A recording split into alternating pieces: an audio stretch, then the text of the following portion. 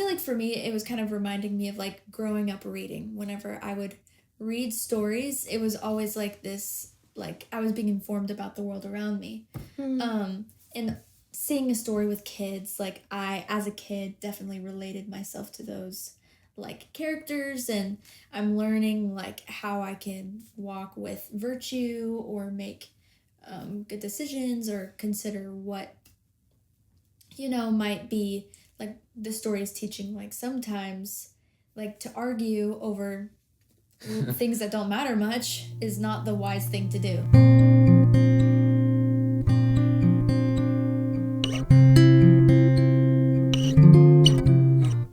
Welcome back to the Rooted Minds podcast, where we come together as a family to talk about books and our emotions. And in this season 2 of this podcast, we are focusing in on some short stories. Short stories are really such a cool avenue to talk about deep things in a small package. And in this episode, we're talking about Leo Tolstoy's Little Girls Wiser Than Men. So it should be interesting. Melissa's going to lead us. Yes, so this is a short story that is very short. Sometimes you hear a short story and it's still pretty long, but this one is like 5-10 minute read. It's very, very small. But like Andy said, there is a lot of good things that you can pull out of even such a short story. So I want to start off by just giving a little synopsis of this tale. It's not based off of a true story. It's more of like a fable of some sort, intended to express some sort of virtue or truth. But this story begins with 2 little girls, and their names, I'm not fully sure how to pronounce. It's Malasha and Akulia. Malasha and Akulia? I don't know, but I'll call them the 2 little girls. That's pretty good. The story starts off with them and their beautiful dresses that they're wearing. And the kind of conflict starts when one of the little girls splashes the other one and kind of muddies her dress. Well, there are these 2 little girls dressed in these beautiful gowns, right? Mm-hmm. But the river, the little stream, it's not a river, it's rained and there's water flowing down the street. Right. It reminds me of like splashing in the driveway or something. Exactly. Accumulated water puddles. It calls. Yeah. Right. And they think they can get across it or play in it and still keep their dresses careful. Yes. Because they are very, like, aware that they're wearing really nice outfits. Mm-hmm. They're, like, so proud of it. Like, I'm strutting around wearing my beautiful dress. They're not supposed to get them messy. But one thing leads to another, and a girl's dress gets splashed. And it kind of creates an argument between the 2 girls. Obviously, one's very upset that her dress is ruined, and the other is, like, defending herself. So the concept of this story is that as these little girls start to argue, various adults in the scene start getting involved and start arguing and taking sides and like defending her, and it becomes this whole big scene where all of the like townspeople, the adults, not the kids, but the adults are arguing. But the moral of the story, what makes the little girls wiser than men, is that the adults continue fighting and the little girls reconcile and then continue to play. Wow. And it's not until the adults notice the kids' behavior that they like become ashamed and they're like, wow.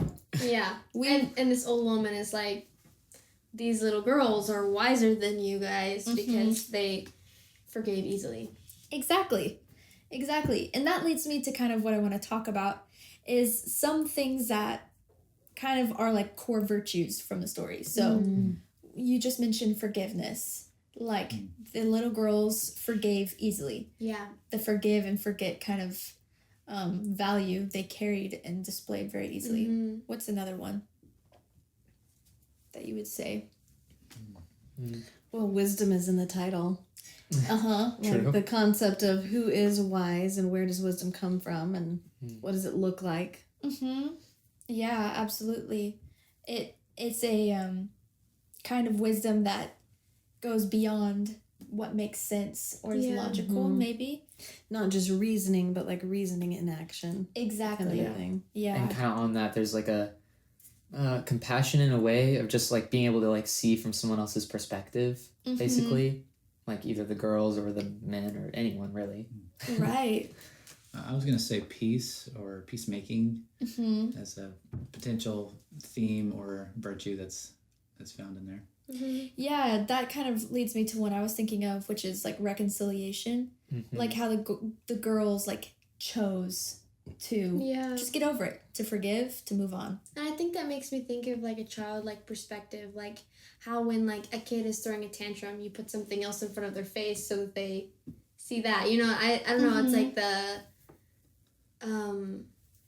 like there's ways to use that and that are healthy, and you know, ways to use that are not healthy, of course, but right. I think it's cool to just see like the value that the author is showing here of just letting go of things that are not maybe as deep as it seems.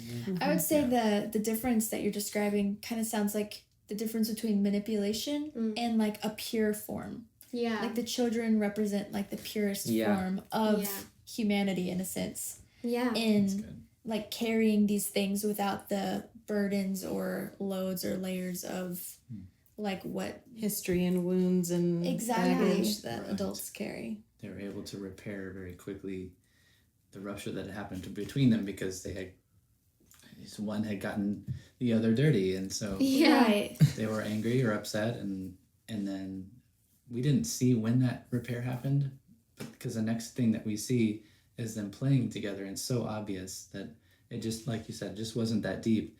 We got over it quickly. We were able to forgive. Really, what matters to us is that we're friends. Yeah. Like putting the relationship before the problem.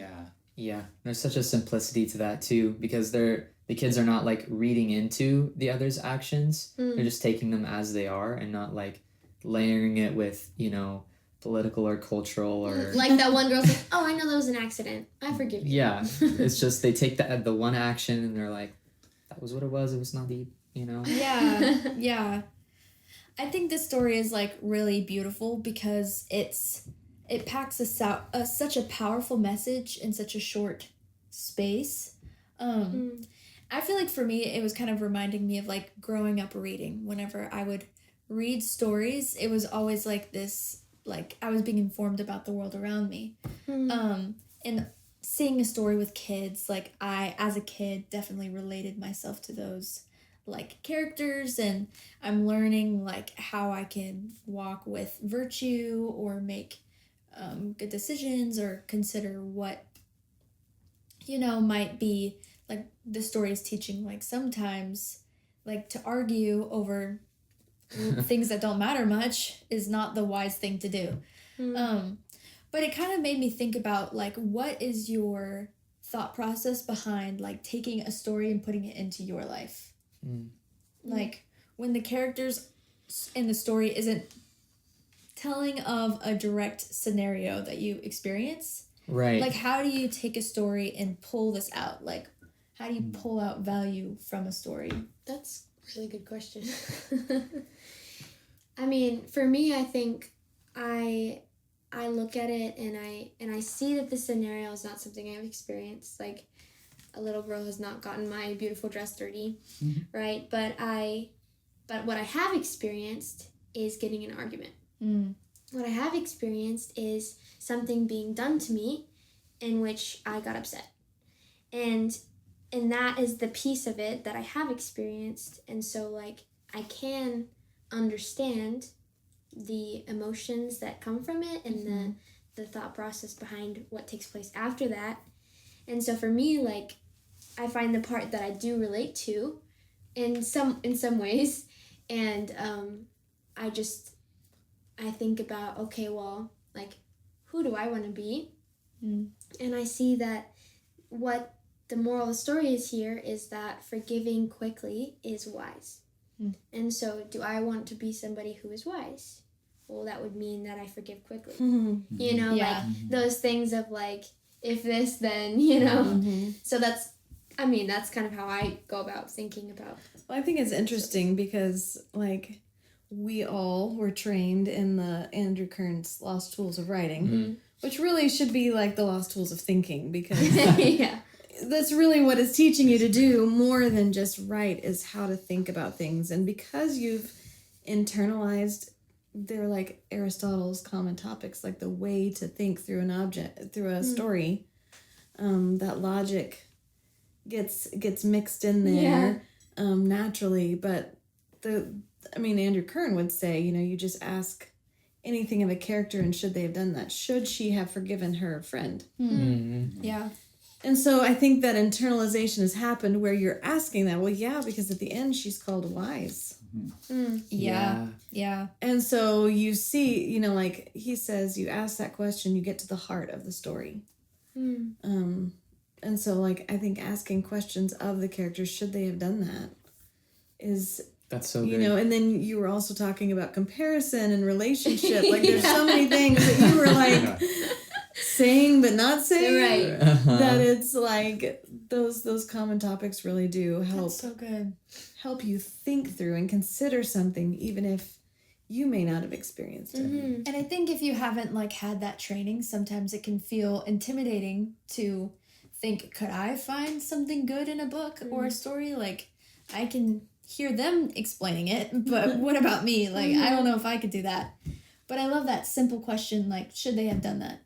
That really breaks it down to a simple way to start digging out virtue from a story. I think also even, like, for me, engaging my mind, because sometimes I can read a story and just be like, that's a good story, but not think about it as I'm reading it, not be willing sometimes to ask the questions. So it's an active choice. Exactly. When I take the time to be like, oh, let me, like, actually go into the story and integrate myself in there also. And I think one thing that I love about that practice and just, like, the way of thinking is it brings it into your normal life. Like, outside of stories, outside of fiction, outside of something that you're reading, you begin to see, like, virtuous choices in people in real life, in yourself, or not just virtuous choices, but the kinds of things that you want to start digging out of stories becomes what you start to see around you and think through and identify. Yeah. Which I think a really cool part of that is how it can impact your daily life, Like this story, it has to do a lot with reconciliation and forgiveness and peacemaking. So you begin to see in your life, maybe you're arguing over something senseless. And it just becomes this, like, trigger to help connect you back towards reconciliation. Yeah. And something that's, like, super interesting about that, what you're just talking about like connecting it to our normal life, is I think that there are, like, elements of these stories that we read that sometimes we miss, that are, like, culturally just like or something like that, or even geographically just, like, part of the normal life of the characters in this story. Because, like, Leo Tolstoy, for example, he's a Russian author, right? And this summer I got the opportunity to travel to like northeastern Europe and kind of the Russian speaking world. So it's not quite Russia, but in the area. And Russia adjacent. Russia adjacent, yes, we'll say that. And something that, as we're talking about this story, that I find interesting is, this story is about two little girls and they're playing in a puddle that came from the rain. And when I was there, it was just, like, raining all the time. Like, almost every single day it was raining. The streets, it wasn't, like, a super developed area, so there's just, like, a lot of grass, a lot of, like, divots in the road that got filled with water and would stay that way pretty much because of just how much it rained. The constant rain. Yeah. And of course, the kids that I spent time with that were there, they love to play in the grass. They love to play soccer, all these things, or football. And so very often they'd find themselves muddy because of, walking into the grass, and in that grass, it's, like, so hard to tell whether or not I had multiple moments of stepping ankle deep into muddy grass. Yeah. But my point is to say that, like, that part of their life was just, like, a normal part of life that they had, like, sort of culturally, at least the older men had sort of culturally said, like, oh, it's not good to get muddy, it's not appropriate or reasonable, when that's just, like, a part of their everyday life. And so I wonder, like, what areas of our own lives and just like, American culture or wherever you're listening in from, that we have that are like normal parts of life or how we live, but that we have, pushed aside because of some idea in our heads that says it's not right to, be or think that way. Or Wow. Yeah. That's so a good thought. It's good to ask these questions to work towards applying it to like comparing it, making, finding those similarities to your normal life so you can start to see those things. Yeah. Because the idea of two little girls being faced with a puddle is like, you're saying, like, every day. Yeah. It's not like they happen. And probably on a normal day when they're not in their fine clothes. Right. Playing in the puddle is like their entertainment. Yeah, exactly. They knew the risk. There's just one shift here that they have nicer clothes on. Yeah. Right. And so they're trying to protect these, but they love playing in those puddles. Yeah. And they have a little accident. The one thing that keeps striking me in thinking back on when I read it, it's like the other part of the scene is that they came out of church. They just came out all together, I guess, and they were all sort of hanging out or whatever you do right after church. And so it's just sort of this subtle, like, challenge, I guess, like, to think about what you do outside of church. Bringing church like, outside of church. Yeah, what kinds of decisions, how do you act, Yeah. And I just thought that's kind of a little brilliant little ad he did there.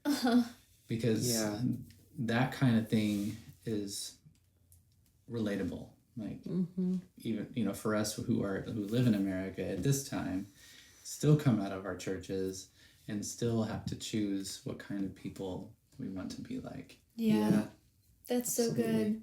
And I think there's so many, it's like never ending, the things that you can pull out of even a short story and apply to your life, apply to the way you understand the world, or just your enjoyment of a story. So we obviously love digging into every story that we read. And this was such a good one, Little Girls Wiser Than Men by Leo Tolstoy. Yes. Well, thanks for tuning in to this episode. We'll see you next week. Hey friends, our short story contest has begun, but it's not too late to join. If you're interested in spending this month writing a short story, consider joining us. Check out the links in the description for details. We'd love to see you there.